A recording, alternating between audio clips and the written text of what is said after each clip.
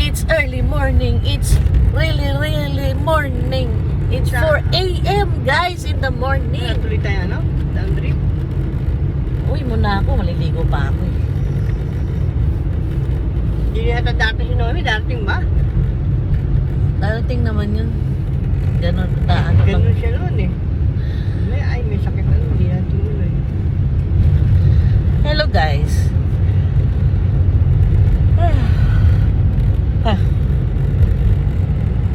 Alas 4 ng madaling araw.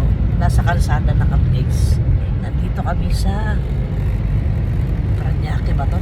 Paranaque. Motor pala yung dinadaan na natin. Yung pala dapat din tayo. Saan?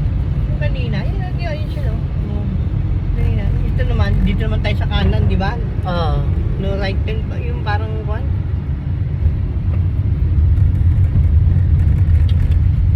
Yun no, papasok tayo doon no. Ay hindi, di ba? U-turn na tayo. Sa Tonda. Oo. Hindi mo ma-reveal niya mo, di ba? Ayan. Yun no. Ah, kita mo Bakit? yan? Bike? Bike ko.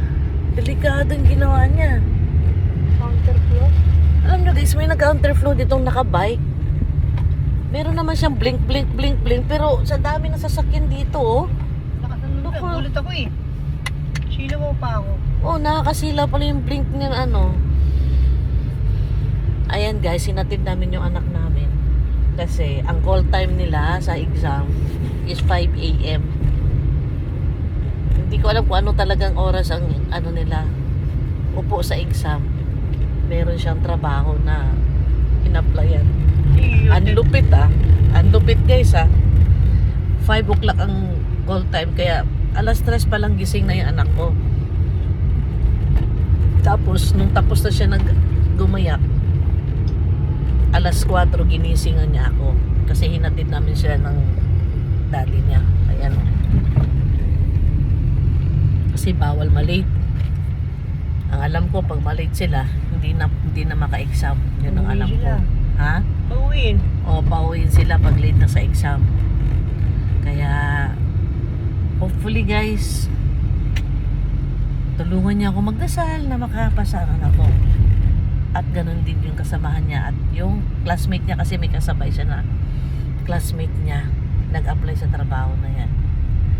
So that's it guys. Ang dilim pa guys. Nasa kalsada na tayo. Ayan. 4:36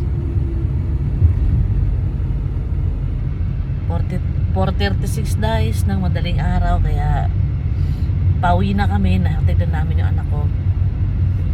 Mahal ang gas dito sek oh. 63. Ayaw ng bike lane. Suwan din eh. Kahit madaling araw sek.